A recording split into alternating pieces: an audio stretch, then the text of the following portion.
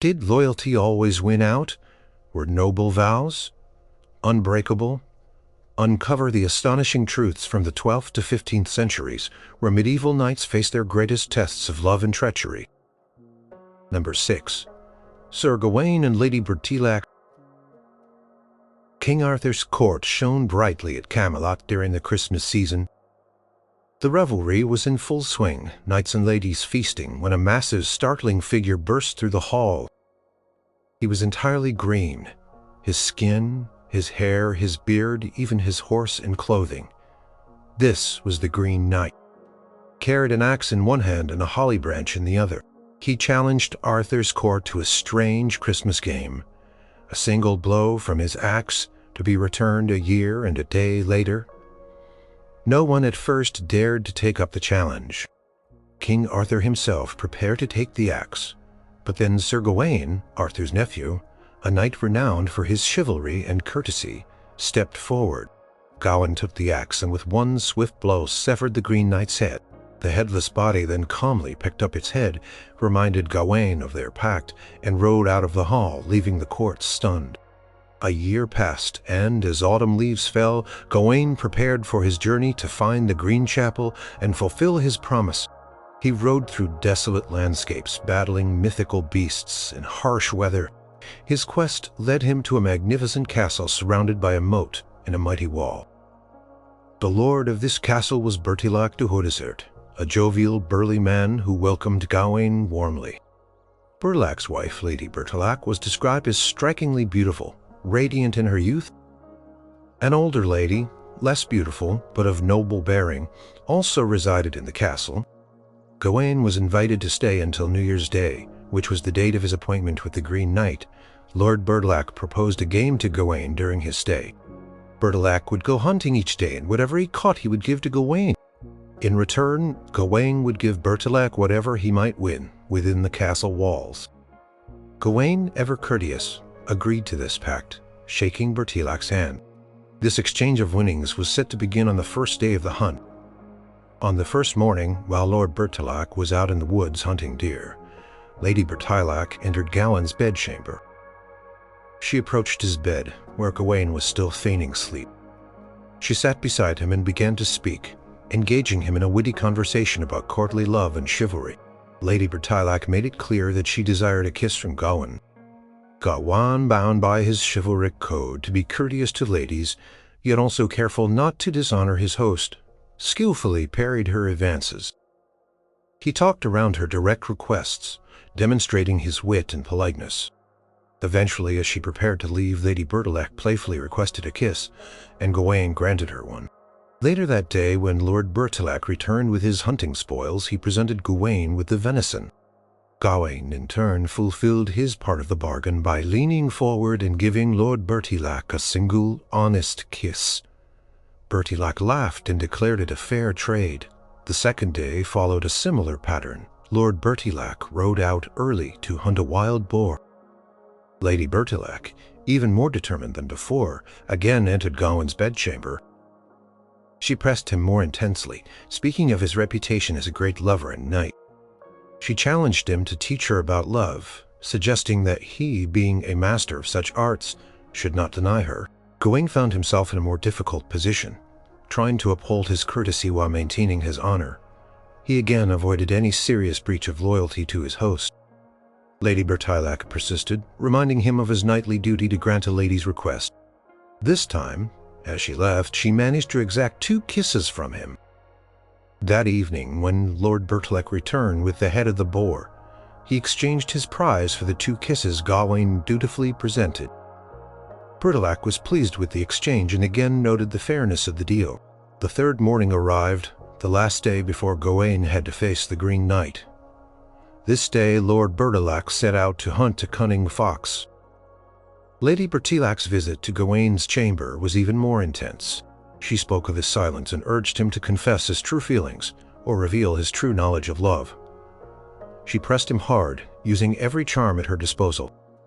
Gawain, feeling the immense pressure of his impending meeting with the Green Knight, was acutely aware of his vulnerability. Lady Bertilak, seeing his internal struggle, offered him a gift, a green silk girdle. She claimed it possessed a magical power, promising that anyone who wore it would be safe from harm and could not be killed. Gawain initially refused, unwilling to accept the gift. However, when she emphasized its protective qualities and Gawain considered his imminent encounter with the axe, he accepted the girdle. He took it. Realizing it could save his life, he made sure she promised to keep the girdle a secret. When Lady Bertilak finally left, she had given him 3 kisses, and he had hidden the green girdle under his tunic. Later that evening, when Lord Bertilak returned with the fox pelt, he again presented his winnings to Gawain. Gawain, honoring the pact, leaned in and gave Bertilak 3 kisses. Lord Bertilak, in good spirits, asked if Gawain had anything else to give, perhaps a fine gift. Gawain, however, kept silent about the green girdle. He had promised to exchange all he won, but the desire for self-preservation led him to conceal this one item. He had received 3 kisses from Lady Bertilak and truthfully given 3 kisses to Lord Bertilak, but he had kept the girdle. This was the one item he had won within the castle walls that he did not present. This was the moment of the pact's quiet breach. The next morning, New Year's Day, Gawain departed for the Green Chapel wearing the green girdle. He rode through the mist and rugged land until he found a strange green mound, which he recognized as the Green Chapel. The Green Knight was there, sharpening his formidable axe. The Green Knight greeted Gawain and prepared to deliver the blows. The first stroke descended and Gawain flinched, causing the Green Knight to halt. Remarking on Gawain's courage, the second stroke came, and Gawain did not flinch. Earning the Green Knight's praise for his improved resolve, this stroke merely grazed Gawain's neck, a slight cut. The third stroke, however, was aimed with a different purpose. It too only nicked Gawain's neck, barely drawing blood. Then the Green Knight revealed himself to be none other than Lord Bertilak de Hodezek. He explained that the entire challenge, the castle, the hunting, and Lady Bertilak's advances had all been a test arranged by the enchantress Morgan Le Fay. He explained that the first 2 blows were for the 2 days Gawain had honestly exchanged his winnings. The third nick, however, was for the day Gawain had failed to exchange the green girdle. Bertilak pointed out that Gawain had kept the girdle out of fear for his life. A small flaw in his otherwise perfect chivalry, Gawain felt a flush of shame, confessed his failure, acknowledging his fear had led him to betray the pact. He wore the green girdle as a symbol of his shame, a reminder of his moment of weakness. He returned to Camelot, wearing the girdle openly, and the Knights of the Round Table adopted it as a symbol of their own humility, acknowledging that even the greatest knights could stumble. Number 5. Lanval and the Fairy Queen. Lanval was a knight in King Arthur's court, but he was not like the others. While other knights received gifts and honors from the king, Lanval was forgotten, perhaps because he was a stranger in that land with no family to support him.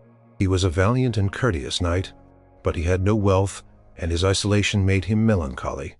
He had no lady love, and he kept to himself. One day, while the king and queen and their court were feasting, Lanval rode out alone deep into the forest. Feeling despondent, he dismounted by a stream and lay down, lost in thought.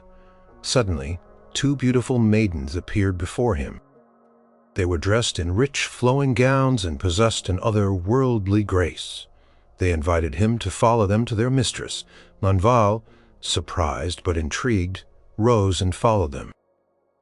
They led him to a magnificent tent, stitched with gold and silver, far grander than any royal pavilion. Inside, lying upon a couch, was the most beautiful woman Lanval had ever seen. She was the Fairy Queen, a lady of immense power and beauty. She greeted Lanval by name, telling him she had traveled from her own distant land specifically for him because she admired his courtesy and valor. The Fairy Queen then offered Lanval an extraordinary gift, her love and an endless supply of riches. She promised him that he would never lack for gold, silver, or fine clothes, and that he would always have a faithful squire and the best horses. There was, however, one crucial condition to this generous offer. Lanval must never reveal their love to anyone. If he ever spoke of her, if he ever boasted of his fairy mistress, he would lose her forever. and all the wealth and happiness she bestowed upon him would vanish. Lanval, overwhelmed by her beauty and generosity, readily agreed to this secret pact. He swore to keep their love a secret, never to utter a word of her existence to anyone.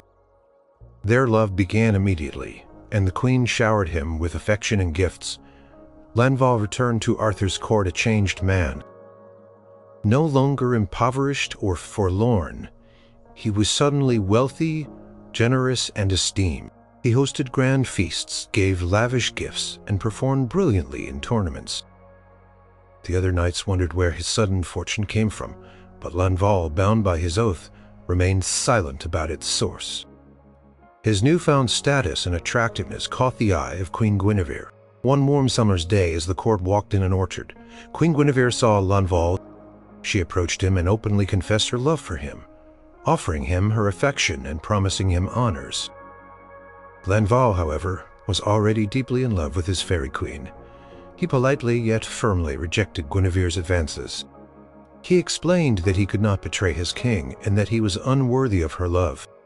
Guinevere, accustomed to having her desires met, was furious at his refusal.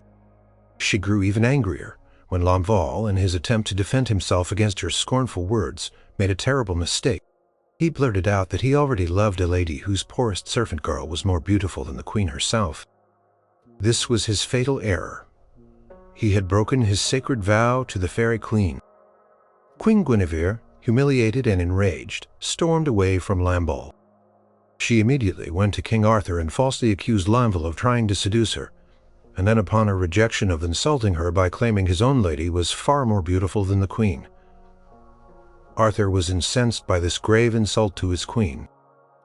He ordered Lanval's arrest and demanded that he stand trial. Lanval, knowing he had broken his vow and lost his fairy queen, felt despair. His sudden wealth vanished, and he was once again poor and alone. He knew he could not produce his lady to prove his words, for she was gone. During the trial, Lanval was questioned by the king and his knights. He admitted that he had indeed said he loved a lady more beautiful than the queen, but he refused to name her or reveal her.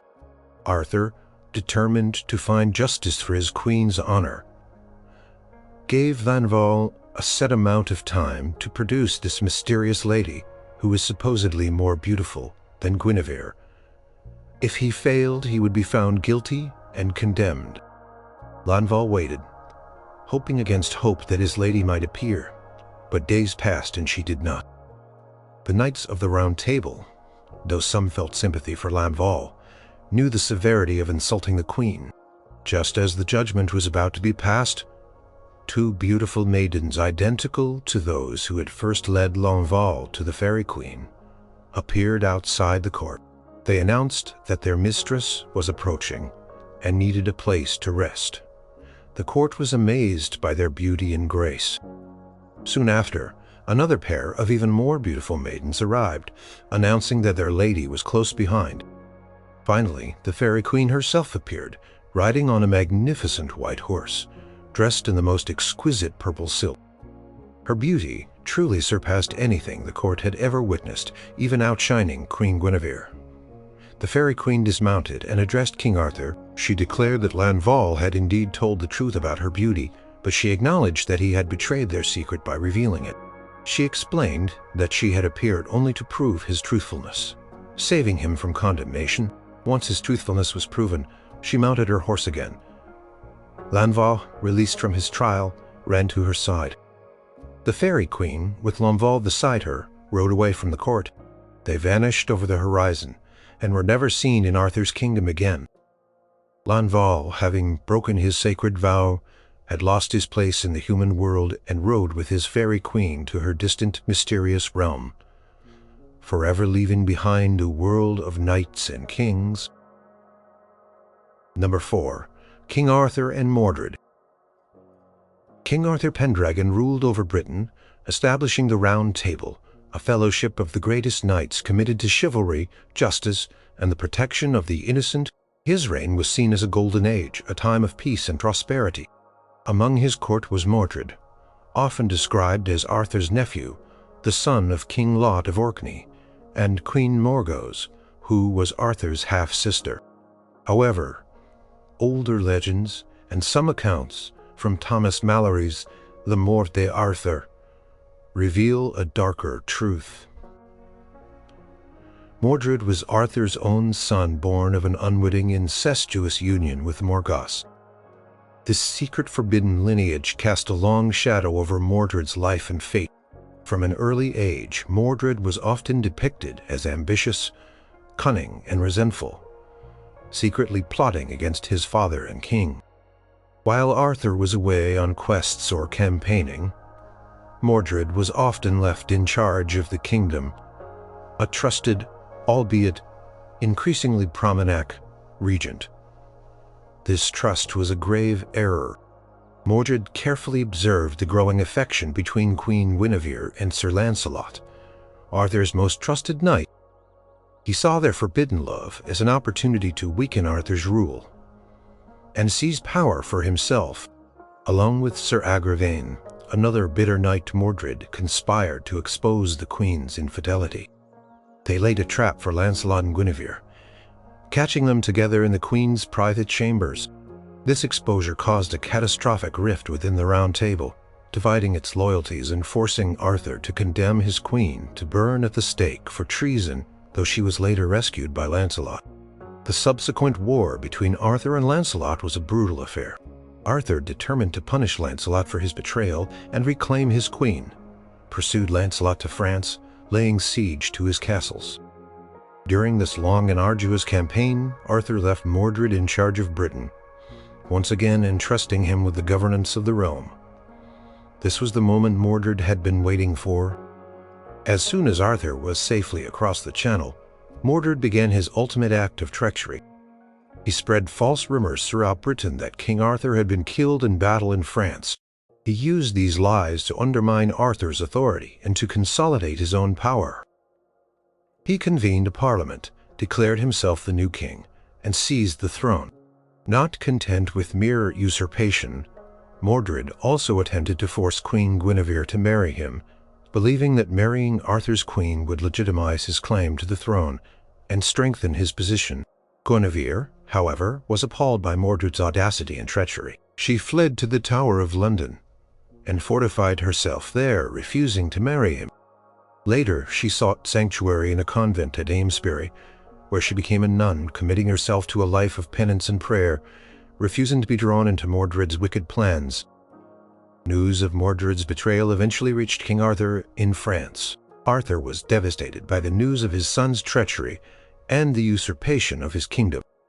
He immediately lifted the siege and returned to Britain with his remaining loyal knights. He landed at Dover, where a fierce battle erupted between Arthur's forces and Mordred's followers. Many knights on both sides were killed, and Arthur's forces eventually pushed Mordred back. The war continued across Britain, with battles fought at Winchester and other locations. The final, decisive confrontation occurred at the Battle of Camlan, a desolate plain in Cornwall. On the night before the battle, Arthur had a prophetic dream warning him against fighting Mordred, urging him to delay the engagement. Despite the dream, and an attempt to negotiate a truce, a misunderstanding involving a snake caused the battle to erupt. It was a cataclysmic conflict described as the most tragic and destructive battle in British history. Almost all the knights of the Round Table perished. Loyalties were shattered, and the land was drenched in blood. In the midst of the chaos, King Arthur spotted Mordred among the throngs of fighting men. Fooled by rage and despair over his son's betrayal and the ruin of his kingdom, Arthur charged Mordred. Mordred also charged. They met in a final deadly embrace. Arthur struck Mordred with his spear, running him through. However, even as Mordred fell, he delivered a fatal blow to Arthur, with his sword striking him on the head. Mordred died instantly, but Arthur was mortally wounded. Arthur was carried from the battlefield, gravely injured. Commanded Sir Bedivere, one of his last surviving loyal knights, to cast his sword Excalibur into the lake. After much hesitation, Bedivere fulfilled his king's request. Arthur was then placed on a barge with 3 queens who carried him away to the mysterious island of Avalon. The ultimate fate of King Arthur remains a mystery, but his death at the hands of his own son, Mordred, marked the end of the glorious age of the Round Table and ushered in a period of darkness for Britain. Mordred's betrayal was not just a political coup. It was the shattering of a family, a kingdom, and an ideal. Number 3. Paolo and Francesca. Francesca da Rimini was a noblewoman from the powerful Polenta family of Ravenna in northern Italy. Her story unfolds in the late 13th century, a time of intense political rivalries among the ruling families of the Italian city-states. To secure a fragile peace between the Polenta family and the formidable Malatesta family of Rimini, a marriage was arranged. Francesca was betrothed to Giovanni Malatesta, a powerful warrior who is also known as Gianciotto, meaning John the Lame, because he was physically deformed and walked with a limp. The marriage was a political alliance, not a union of love. Francesca journeyed to Rimini to marry Gianciotto. However, historical accounts and the famous literary portrayals suggest that she may have been deceived about her intended groom. It is said that Paolo Malatesta, Gianciotto's handsome younger brother, was sent to act as Gianciotto's proxy for the marriage ceremony by proxy. Francesca, seeing the charming Paolo, mistakenly believed he was her future husband. This misunderstanding set the stage for the tragedy that would unfold. After the marriage, Francesca resided in Gianciotto's castle, living as his wife. Paolo, Gianciotto's younger brother, was a man of grace and charm, a stark contrast to his older brother. He was also married to Arabella Bobel.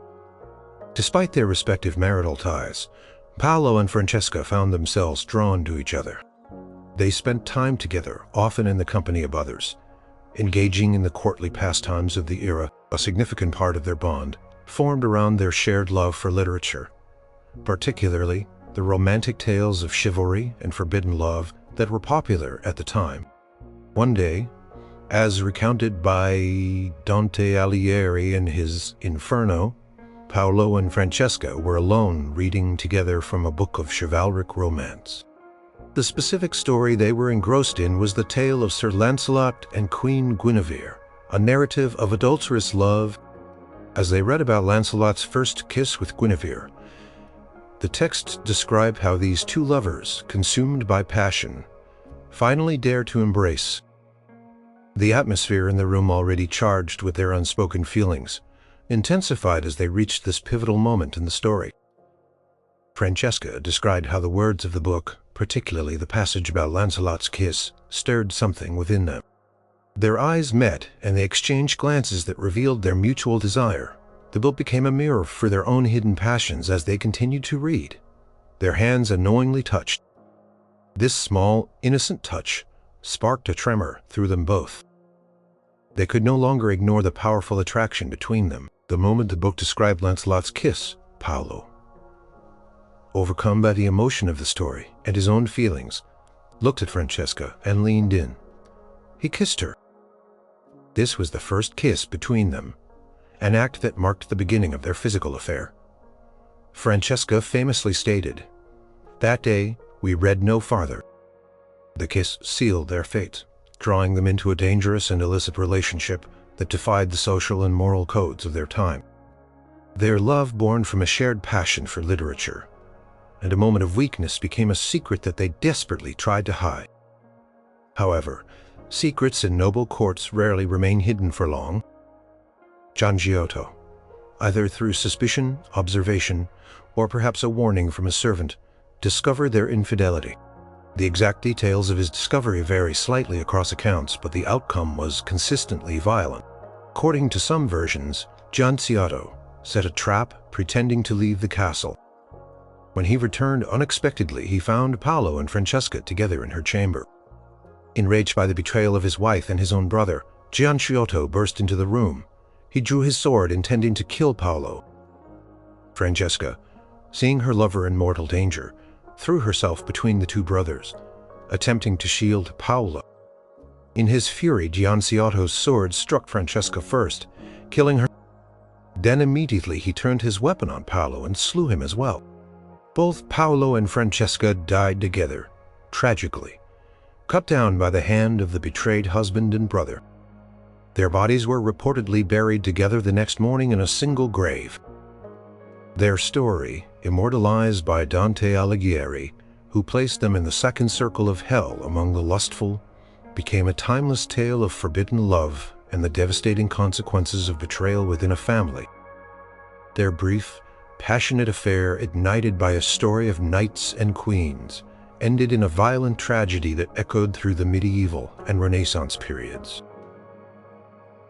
Number 2. Tristan and Isolde.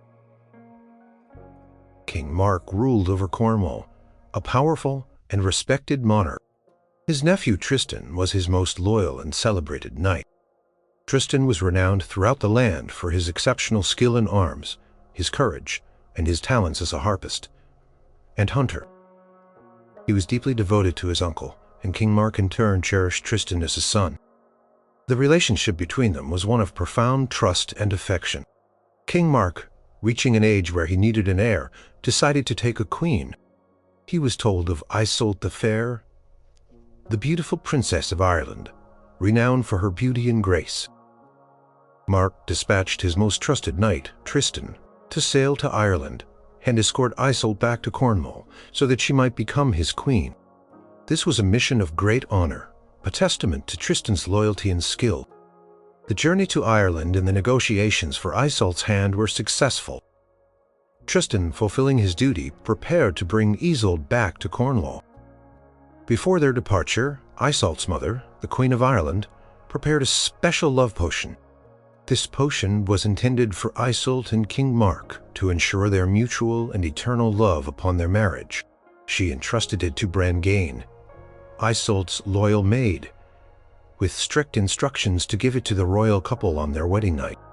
During the long and arduous voyage across the sea, a twist of fate intervened. One hot afternoon as they sailed, Tristan and Isolde felt parched and thirsty. They called for a drink. Gawain, momentarily confused or distracted, mistakenly brought them the goblet containing the powerful love potion, believing it was just wine. Without knowing its true nature, Tristan and Isolde both drank deeply from the goblet. The effect of the potion was immediate and overwhelming. A powerful, irresistible love surged through their veins, binding them together in an unbreakable bond. They fell hopelessly and irrevocably in love, a love that transcended all societal norms and obligations. They were now consumed by a passion that they could neither control nor deny, despite the terrible implications. Tristan, pledged to bring Isolde as a bride for his beloved uncle, now found himself bound by an illicit passion for her. Isolde, destined to be Queen of Cornwall, was now hopelessly devoted to the knight who was delivering her to her future husband. Upon their arrival in Cornwall, Isolde married King Mark. The love potion, however, had already forged a bond that marriage could not sever. Tristan and Isolde began a secret affair driven by the potion's irresistible power. They met in secret, finding clever and elaborate ways to hide their relationship from King Mark and the suspicious courtiers. Gawain, torn between loyalty to her mistress and her own moral compass, became their reluctant accomplice, helping them to maintain their secrecy. They often relied on clever deceptions and quick wit to avoid discovery. For example, when forced to swear an oath in court, Isolde arranged for Tristan to stumble and fall, landing his hands on her before she swore an oath that she had never been in any man's embrace, except the king's and the man who had just fallen on her. This clever trick played on the literal meaning of her words. Despite their elaborate precautions, whispers and suspicions grew among Mark's jealous barons, particularly the treacherous Andret, who often plotted against Tristan. Tristan and Isolde were discovered multiple times. On one occasion, a dwarf named Frosine used flour sprinkled on the floor to reveal their footprints, leading to their exposure. King Mark, deeply hurt and betrayed, ordered them to be put to death. However, they managed to escape their execution, fleeing into the wild forest of Morocco. For a time, Tristan and Isolde lived in exile in the wilderness, enduring hardships but finding solace in their shared love. Their bond was absolute, but their existence was harsh. Eventually, Mark found them sleeping innocently, with a sword between them, a sign of their chaste existence in the forest. Seeing this, Mark's heart softened, and he relented. Allowing Isolde to return to court, Tristan was banished from Cornwall. A painful separation. Tristan wandered for years, seeking to forget. He eventually married another woman, also named Isolde, Isolde of the White Hands, the daughter of a duke. However, he could not consummate this marriage, as his heart still belonged entirely to Isolde the Fair. Later, Tristan was wounded by a poisoned spear while fighting in Brittany. The wound was incurable, and only Isolde the Fair with her knowledge of healing arts could save him. He sent a messenger to her, instructing him to hoist a white sail if Isolde agreed to come, and a black sail if she refused. Isolde the Fair, hearing of Tristan's plight, immediately set sail.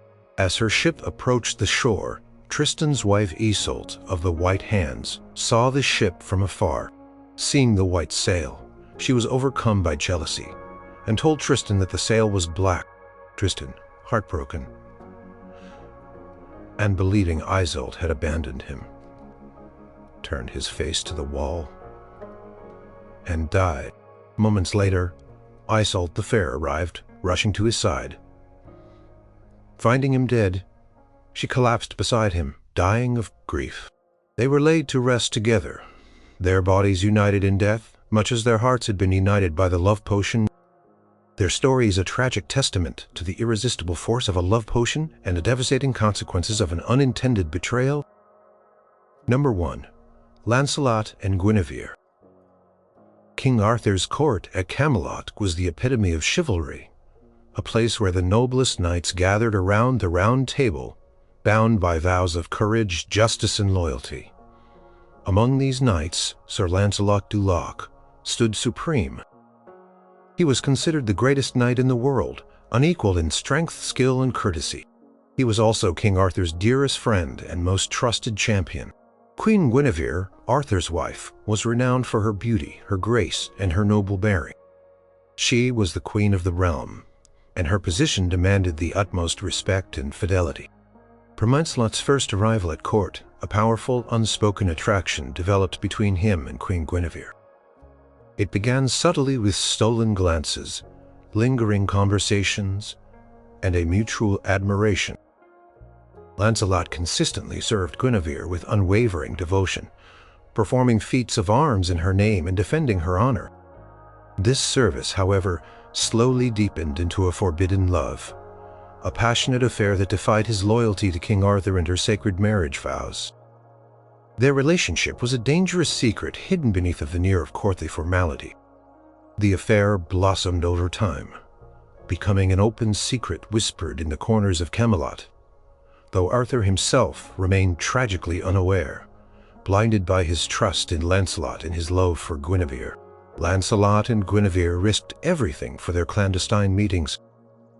Their love, while intense and deeply felt, was a profound betrayal of the king, who had elevated Lancelot to the highest position and cherished Guinevere as his queen. Guinevere, in particular, was torn between her genuine affection for Lancelot and her duty to her husband and the realm. Lancelot was also deeply conflicted, caught between his love for the queen and his deep loyalty and friendship. Eventually, the whispers and suspicions could no longer be ignored. Sir Gawain, a bitter and jealous knight, along with Mordred, Arthur's treacherous nephew, conspired to expose the affair. They presented their evidence to King Arthur, who was initially hesitant to believe such a heinous accusation against his queen and his greatest knight. However, Gawain and Mordred pressed the issue, demanding that Arthur confront them. They set a trap for Lancelot and Guinevere. One night, while Lancelot was in the queen's private chambers, Gawain and a dozen other knights burst in, intending to catch them in the act and bring them before Arthur. Lancelot, caught unarmed, was forced to fight for his life and the queen's honor. He managed to arm himself with a sword and, in a desperate struggle, slew all 12 knights who had ambushed them. He escaped, but the affair was now undeniably exposed. The revelation shattered Arthur's court. The king was heartbroken, his trust betrayed by the two people closest to him. As king, he was bound by law and honor to condemn Guinevere for treason and adultery, a crime punishable by burning at the stake. Guinevere was condemned to die, and preparations were made for her execution. Lancelot, though he had escaped, could not abandon his beloved queen. As Guinevere was being led to the stake, Lancelot, with a large company of his loyal kin and knights, launched a daring rescue. A fierce battle erupted. During the chaos, Lancelot inadvertently killed two unarmed knights, Sir Gaheris and Sir Gareth, who were the brothers of Sir Gawain, Arthur's other most loyal knight. This unintentional act further complicated the situation, turning Gawain, who had previously been Lancelot's close friend, into his bitter enemy, demanding vengeance for his brother's deaths. Lancelot successfully rescued Guinevere and carried her away to his castle of Joyous Gard. The rescue, however, spiraled into open war between Lancelot and King Arthur. The Round Table, once a symbol of unity, was irrevocably broken. Knights took sides, dividing their loyalties between the king and his once great champion. Arthur, driven by grief, anger, and the demands of honor, pursued Lancelot to France, besieging his castles. The war dragged on, costing many lives and weakening the kingdom. While Arthur was away fighting, Lancelot Mordred, left in charge of Britain, seized his opportunity. He usurped the throne, claiming Arthur had died, and attempted to marry Guinevere himself. News of Mordred's treachery forced Arthur to return to Britain, leading to the devastating Battle of Camlan. In this final tragic conflict, Arthur was mortally wounded by Mordred, and the Round Table was utterly destroyed. Upon hearing of Arthur's death and the ruin of his kingdom, Guinevere was overcome with remorse and grief. She renounced her worldly life and entered a convent at Amesbury, becoming a nun, dedicating her remaining days to prayer and penance. Lancelot, hearing of Arthur's death and Guinevere's retreat, was consumed by sorrow. He sought out Guinevere at the convent, begging her to return to him, but she refused, insisting that their love had brought ruin upon them all. He then became a hermit, living a life of austerity and repentance. Both spent their remaining days apart, consumed by the consequences of their forbidden love and the profound betrayal it had wrought upon their king and kingdom.